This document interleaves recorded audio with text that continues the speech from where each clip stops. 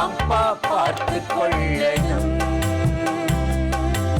என்னால் ஒன்றும் முடியாதப்பா.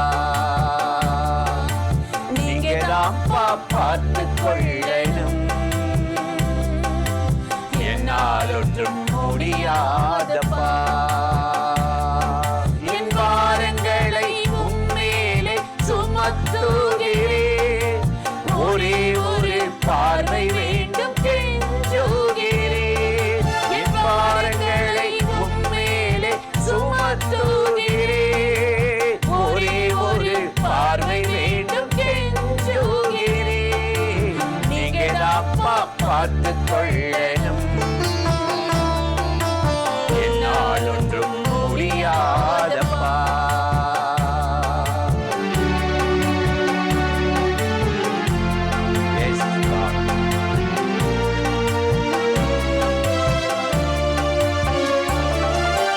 வழி நடந்த போதையில், வழி எதுவோ திகைக்கையில், முன் செல்லும் நல்ல நேசரே. வழி நடந்த போதையில், வழி எதுவோ திகைக்கையில், முன் செல்லும் நல்ல நேசரே. தடுமாறும் வேளையில், தனிமை சூழும் நேரத்தில் தாங்கிக் கொள்ளும் எந்த நேசரே. தடுமாறும் வேளையில், தனிமை சூழும் நேரத்தில் தாங்கிக் கொள்ளும் எந்த நேசரே.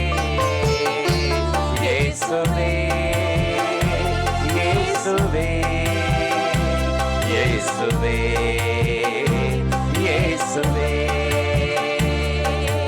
நீங்க தான்ப்பா பார்த்து கொள்ளணும், என்னால் ஒன்றும் முடியாதப்பா.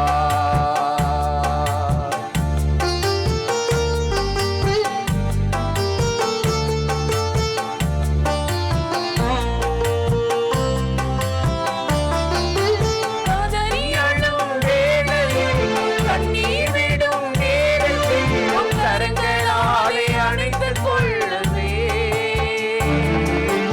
கதறியழும் வேளையில், கண்ணீர் விடும் நேரத்தில் உம் கரங்களாலே அணைத்துக் கொள்ளுவே.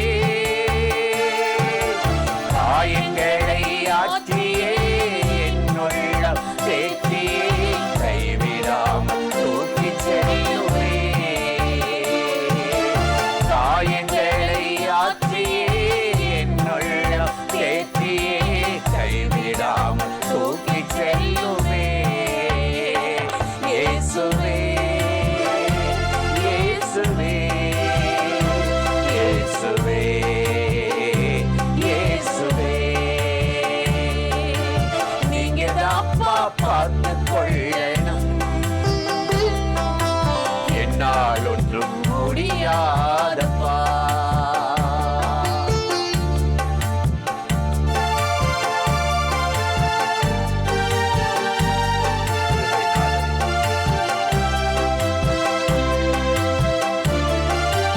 மாறிவிடும் உலகினில் மனிதர்களும் பகைக்கையில் உம் மார்பினிலே சாய்ந்து கொள்ளுவே.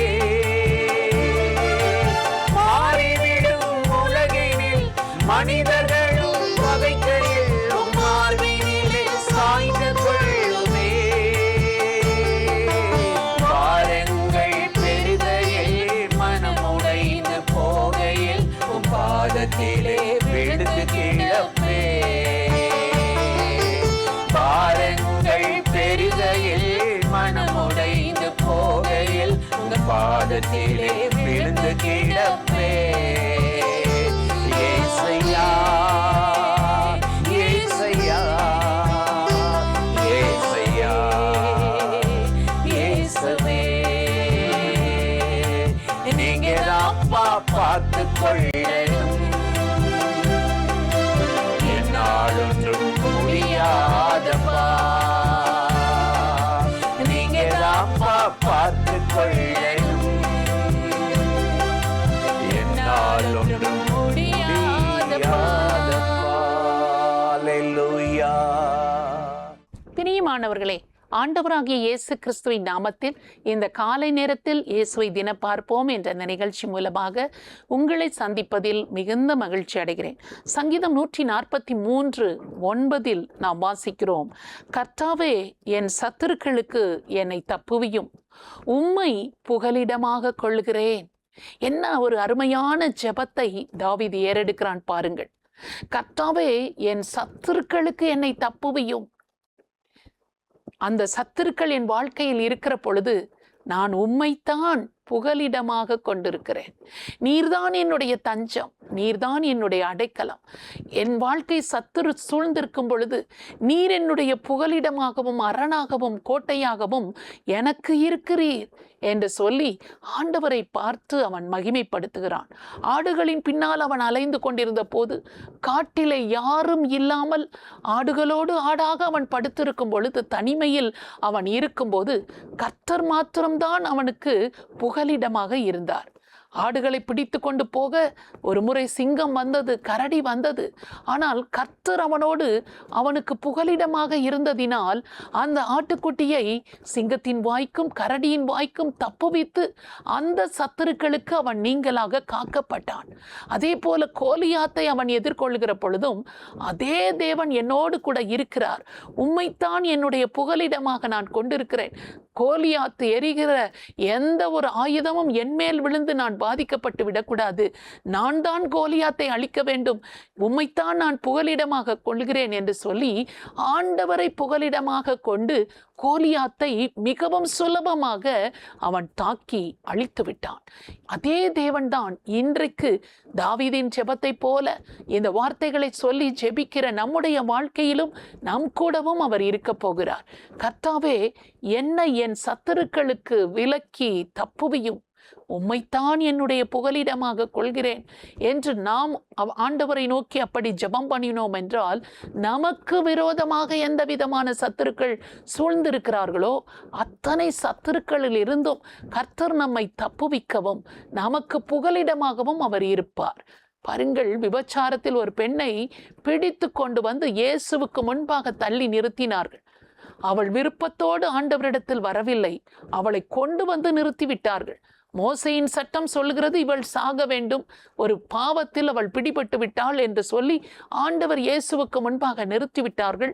கையில் அநேகர் கற்களோடு கூட நின்று கொண்டிருக்கிறார்கள். சத்துருக்கள் அவளை சுற்றி வளைந்து கொண்டிருக்கிறார்கள்.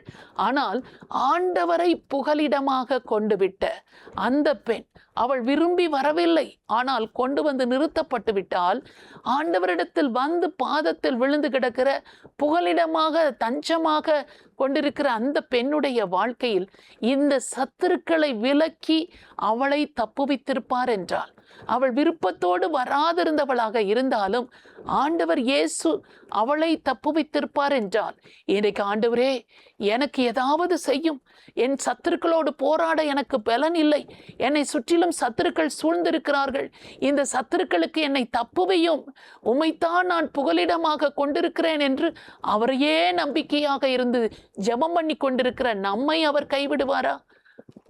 அந்த பெண் விருப்பத்தோடு வராதிருந்தும் ஆண்டவர் அவளையே கைவிடவில்லையே. நம்முடைய வாழ்க்கையில் விருப்பத்தோடு ஆண்டவர் தான் எனக்கு ஏதாவது செய்ய வேண்டும், உம்மைத்தான் நான் தஞ்சமாக கொண்டிருக்கிறேன், புகலிடமாக கொண்டிருக்கிறேன், இந்த சத்துருக்களுக்கு என்னை தப்புவியும் என்று சொல்லி ஜெபிக்கிற நம்மை கட்டாயம் ஆண்டவர் நாம் போராடி கொண்டிருக்கிற சகலவிதமான போராட்டங்களில் இருந்தும் நம்மை தப்புவிக்கவும் ரட்சிக்கவும் அவர் வல்லவராக இருக்கிறார். ஆண்டவரை நோக்கி இந்த காலை நேரத்தில் அதற்காக ஜெபம் பண்ணுவோமா? பரிசுத்தமுள்ள நல்ல தகப்பனே, இந்த அருமையான நேரத்திற்காக நாங்கள் உம்மை நன்றியோடு ஸ்தோத்திரம் பண்ணுகிறோம்.